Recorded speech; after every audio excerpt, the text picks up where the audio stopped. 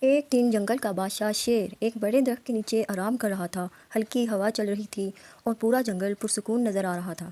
شیر زور زور سے کھراٹے لے رہا تھا۔ اسی دوران ایک ننھا سا چوہا اپنے بل سے نکلا۔ وہ کھیلنے اور دوڑنے میں لگا ہوا تھا۔ اچانک وہ شیر کے اوپر سے گزرا اور اس کی بڑی بڑی مونچھوں کے ساتھ کھیلنے لگا۔ شیر کی نیند ٹوٹ گئی۔ وہ غصے سے دھاڑا، اپنے پنجے میں چوہے کو پکڑ لیا۔ شیر گرج کر بولا، بدتمیز چوہے، تم نے میری نیند خراب کی ہے، اب میں تمہیں مزہ چکھاتا ہوں۔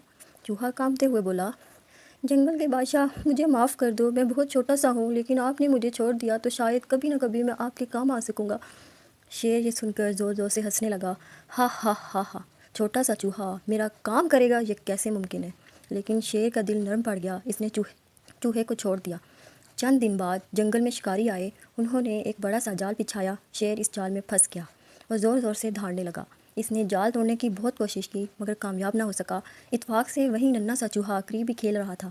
اس نے شیر کی آواز سنی اور دوڑتا ہوا وہاں پہنچ گیا۔ چوہے نے کہا، شیر بھائی، گھبرائیے مت، آج میں اپنی بات سچ کر کے دکھاؤں گا۔ چوہے نے اپنے تیز دانتوں سے جال کاٹنا شروع کر دیا۔ تھوڑی دیر میں سارا جال ٹوٹ گیا۔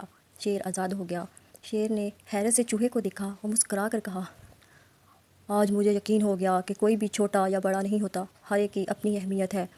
چوہا خوشی سے اپنی مونچھیں ہلاتا ہوا بولا، جی ہاں، اصل طاقت دوستی اور مدد کرنے میں ہے۔ اس دن کے بعد شیر اور چوہا اچھے دوست بن گئے اور جنگل کے سب جانور ان کی کہانی سن کر سبق سیکھنے لگے۔